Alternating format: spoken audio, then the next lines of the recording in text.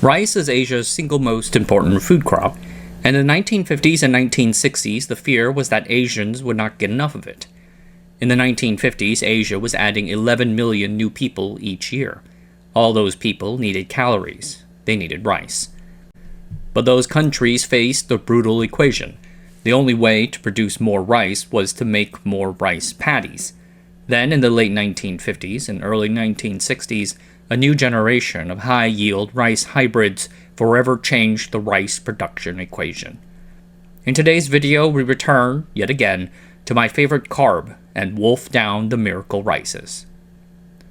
Rice is the goated food crop, packed with calories, highly productive, and cheap enough for the masses. Rice provides a high percentage of people's daily calories. The FDA's gold standard for daily calories is 2,000, though you can survive at 1,500 to 1,800. A man doing 8 hours of labor probably needs 2,500 to 3,500. In 1950, only Ceylon, mainland China, and Japan hit those food calorie supply numbers. Other regions like Indonesia, India, Indochina, and the Philippines range from 1,560 to 1,800. The choice is between two things, the first being to convert more land into cropland, the brute force method.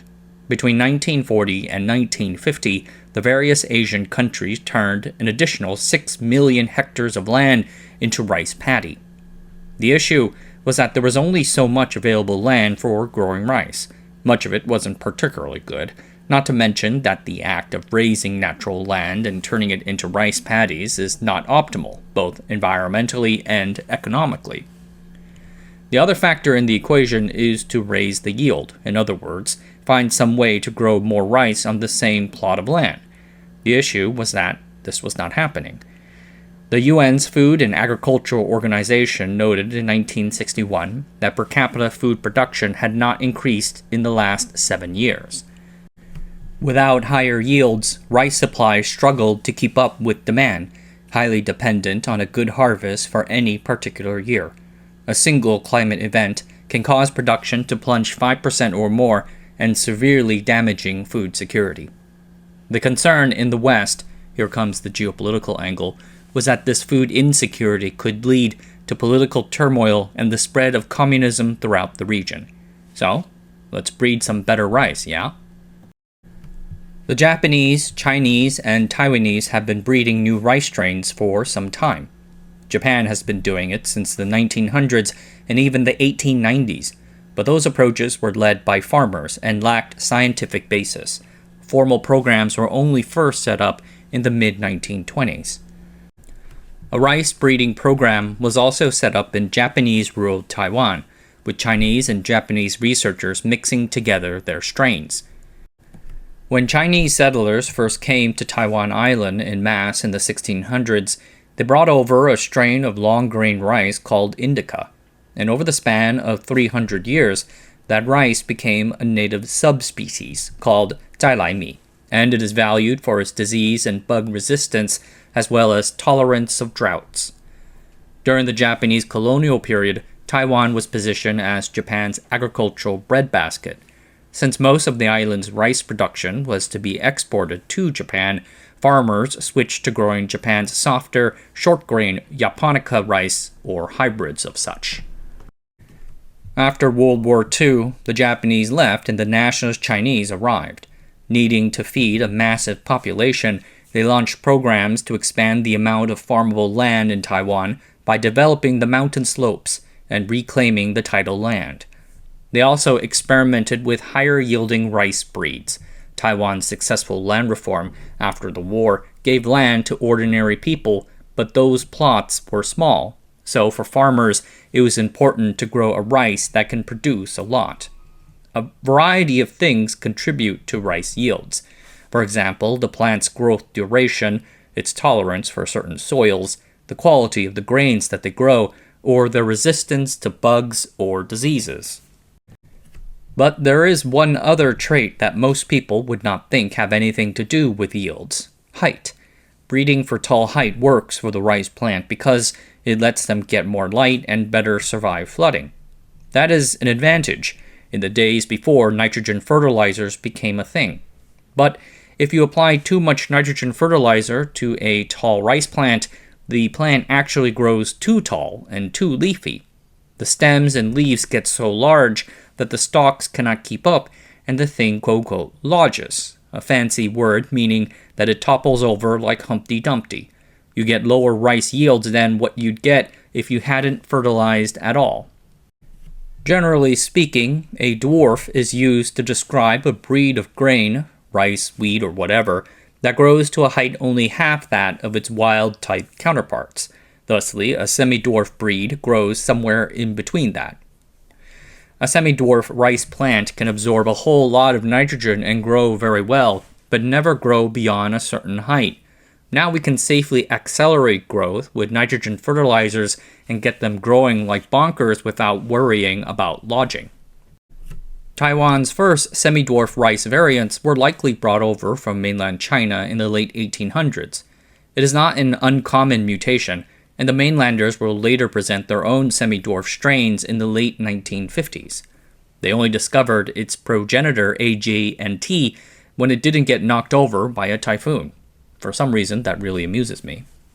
However, the breed that will go on to revolutionize the rice world, DGWG, has no other origin but Taiwan.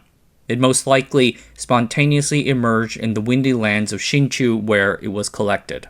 Yes, Hsinchu, where TSMC is headquartered. In 1956, scientists released a new breed of rice called Taichung Native 1, or TCN1. The name, of course, refers to Taichung, Taiwan's central city, which is an underrated city. Giant Bicycle is based there.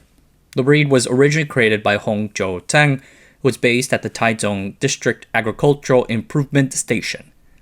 TCN1 is a hybrid of two different rice variants. One of those was DGWG, the other being a taller, more disease-resistant variety called Taiyuanzhang. In addition to being a semi-dwarf variant of rice, it was also photoperiod insensitive. What does that mean?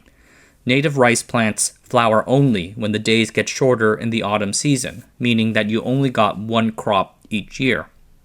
Photoperiod insensitive plants, by contrast, can be grown at all times of the year. With these puppies, it doesn't matter how long the days were. Once you put them into the ground, so long it was warm enough, you get mature rice in 110 to 130 days. So, in tropical climates like Taiwan's and Thailand's, you can grow rice all year long, getting 2 or even 3 crops each year. TCN1 became widely adopted across Taiwan. When well managed, it can produce about 6 to 8 metric tons per hectare. Not bad considering that wild rice breeds manage just about 2 to 3 tons. The successes of Taichung Native 1 were substantial, and it shall be remembered in history as one of the first hybrid rice breeds to be exported to another country. One of the Taiwanese scientists working on it was an American-educated Weissenren born in Shanghai called Detzu Chang. In 1961, he visited the city of Manila, where he met with an organization called the International Rice Research Institute, or IRRI, and he would later join them. One of the major goals of the Rockefeller Foundation was to help food deficit countries build surpluses. During the 1940s, the foundation collaborated with the Mexican government to improve agricultural yields, a program now known as the Mexican Agricultural Project, or MAP. There were some failures. Critics have said that the program increased social inequality between farmers and reduced Mexico's diverse food genetic pool. Some of the crops, like a hybrid corn, were not well accepted. But the wheat program, led by a future Nobel Prize winner called Norman Borlaug, succeeded in drastically boosting yields and avoiding famine. Wheat yields got to such a place where Mexico, which imported half of its wheat needs in 1943, became a net exporter by the 1960s. One of the key parts of this wheat success was the development of a breed of semi-dwarf disease-resistant wheat, the same logic that helps the semi-dwarf rice plants survive their nitrogen infusions also applies to wheat too. We consider MAP to be the genesis point of what we now call the Green Revolution. Later, during a meeting with the Ford Foundation, Ford's vice president for overseas development, Forrest Hill, said to the Rockefeller Foundation's George Horar, "You know, George, someone should undertake to work with rice the way you Rockefeller Foundation people have with corn and wheat. People's concerns about hunger in Asia were humanitarian, but there was a geopolitical element too. There were feelings that masses of hungry people can lead to various South and Southeast Asian countries falling to communism. In some ways, it was already happening. Harrar replied that he too had concerns, and from there the two foundations agreed to partner to found the IRRI. The institute was organized in Manila in 1960 and dedicated 2 years later. Their main goal was to increase rice yields in developing countries, recruiting various plant pathologists and biologists from around the world. Zhang was one such scientist, bringing with him his vast rice breeding expertise as well as awareness that they were close to a breakthrough. Upon arrival, Zhang raised people's attentions to the value of Taiwan's semi-dwarf rice strains and urged the IRRI to use them as parents for crossbreeding. In 1962, the IRRI did 38 crosses, 11 of which had one Taiwanese parent. The Taiwanese rices showed strong yields when crossed with taller tropical varieties. One of those 38 crosses was between DGWG and a tall Indonesian variant called Peta, known for its energy and vigor.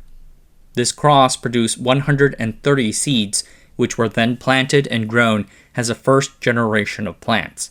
Those plants were then segregated by their heights, with the shorter plants going on to start the second generation, and this went on and on. During the fourth generation round, a single plant in row 288 was selected to yield the fifth generation. This plant was number 3 in that row and so received the label IR82883. If you're wondering, IR stands for International Rice. 2 more generations of growth and selection were used to stabilize the strain and proliferate its seeds. During the 1965 wet season, IR82883 and other test variants were planted at various stations in the Philippines, Thailand, Malaysia, Hong Kong, and Taiwan. IR82883 was by far the most productive of this limited batch, yielding about 6.5 tons per hectare. This was twice the yield of the benchmark rice, a local Thai variant known as Luang Tong. The IRRI saw this as promising and fast-tracked it. In the 1966 test trials, IR82883 performed even better, yielding 7 tons per hectare in India, 6.6 in Malaysia, 8 in Mexico, 8.2 in Bangladesh, and 10.2 tons in Pakistan. IR8 was packed with all the beneficial traits found to optimize for growth: semi-dwarf, photoperiod insensitive, increased resistance to certain bugs and diseases. But it had a few bad things too. It was susceptible to bacterial blight and a fungi called rice blast disease. The rice grains' high 28 to 30% amylose content meant they have a tendency to break. When introduced in Thailand, merchants had to discount it by 30 to 40% due to poor grain quality. Though I have to note that Thailand is a net rice exporter and known for discerning tastes. Gourmet-wise, IR82883 wasn't winning any awards. It was firm and dry, and the grains tended to harden after cooking, making it rather undesirable. People eating it described the taste as neutral, chalky, and even cardboard-like, but it was quite filling. In the end, the IRRI chose to distribute the rice strain, naming it simply IR8. In November 1966, the IRRI announced their efforts and started distributing the seeds to experiment stations in various countries. It is important to note that IR8 was not the only rice strain that the IRRI developed and distributed. Another notable strain was IR547-2, or just IR5, which crossed Peta with a medium-height Malaysian breed of rice. It exhibited better resistance to blight, drought, and deep water. But IR8 became the most famous of the rice breeds, thanks in part to its rapid spread through Southeast Asia. In the Philippines especially, it gained widespread use because of the backing of President Ferdinand Marcos. Marcos first visited the IRRI in 1966 and was stunned to see these plots of short IR8 rice plants loaded with grain. A few days later, the IRI presented the IR8 rice to him at a publicized event. The Manila Bulletin newspaper blared the headline, "Marcos Gets Miracle Rice." The IRRI never called IR8 a miracle rice and tried to discourage the term, but it nevertheless caught on. In the Philippines, the IRRI gave 2 kilograms of seed free of charge to any farmer who came to take them. They also work with government bodies to distribute that seed to farmers. IR8 uptake exploded in the Philippines, reaching 50% planting share within 5 years of introduction. By comparison, it took Taiwan 16 years to do the same. IR8 was quickly exported to rice-deficit countries like India, Pakistan, Vietnam, and more. In India, IR8 was being grown on 1.8 million hectares of land by 1968, just 2 years after its introduction. A 1969 annual report by the Rockefeller Foundation, I admit they're biased on this, but anyways, it noted the rapid uptake and remarked, "In the last 3 years, IR8 has fed more Asian people than any other recent variety of rice, or any other cereal for that matter." Indian farmers discovered that IR8 grew very well during the Rabi growing season that takes place during the winter months due to fewer pest and water logging problems. In Pakistan, IR8 thrived in the country's sunlight. Rice production surged 75% between 1964 and 1968 thanks to skyrocketing yields, motivating President Ayub Khan to direct more national support towards agriculture. An agricultural boom soon followed, though its social effects later not so great. And as for Vietnam, the rice arrived at a time of war. One author in 1971 remarked that the Vietnamese regarded IR8 about the same way as a, quote, French gourmet would frozen TV dinners, end quote. Despite the chaos of war, IR8 was adopted there as fast as anything can be. Farmers colloquially called it the Honda rice because one good crop earned enough to buy a Honda motorbike. Even the northern Vietnamese communists quietly ordered cadres to collect it for growing back home. And one special thing to mention is the impact these rices had on Ceylon, Sri Lanka now. As I mentioned in a prior video, high-yield rice strains introduced in the late 1960s helped the country that once needed to import half its rice consumption to become self-sufficient, at least until they banned the chemical fertilizers. Even as IR8 was being distributed to farmers across South and Southeast Asia, the people at the IRI were working on a successor. This eventually led to the rice known as IR36. As I mentioned earlier, IR8 was not really tasty. It didn't resist bugs all that well. Its growth time of 130 days was also not short enough to allow farmers to grow a second crop during the rainy season.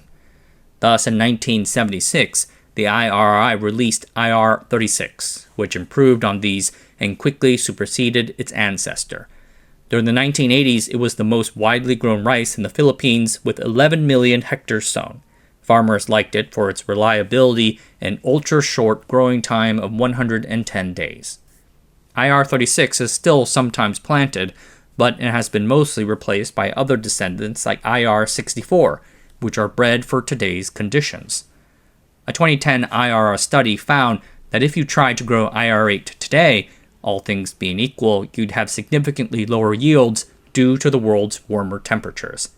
It's a reminder that modern agriculture's performance comes as a result of years of little incremental gains, with things continually evolving year after year. It is important to note here that the rise of IR8 and its ilk solved old problems but also created new ones. The first and most significant being that IR8, IR36, and its descendants can only achieve these high yields with technological aid. You needed modern nitrogen fertilizers to grow them, modern insecticides to keep them from being overwhelmed by bugs, and modern mechanization technology to harvest them. Many poorer farmers cannot easily afford these technologies. Those who can afford the fertilizers, the water rights, and the mechanization technology ended up benefiting the most, which to those poorer farmers feels societally unfair. And even for those who can't afford it, there were hidden strings. In the old days, farmers had their own seeds that they kept and planted for free. After IR8, farmers can only buy entire packages of technologies from big companies. they got locked in, creating resentment.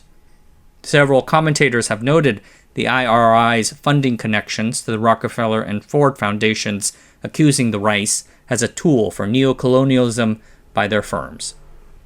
The overuse of these fertilizers caused also negative ecological side effects like acidity in the soils, and since the fertilizers were petroleum-based, when prices surged after the oil crises, farmers lost substantial sums.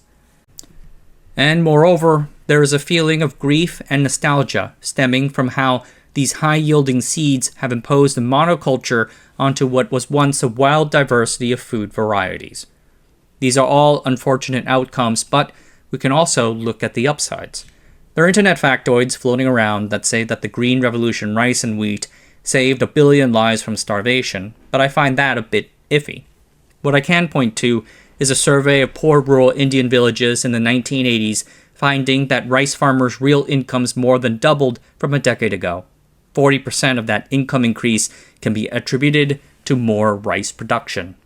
The Gates Foundation estimated in 2012 that rice yield surged 109% between 1960 and 2000, increasing food supply in developing countries by 12%. Without that, those countries would have had to turn 20 to 25 million more hectares into farmland, and food prices would have been 35 to 65% higher. I think the calorie deficit was real, and I think these seeds did indeed help close it. People today are living better lives because of this.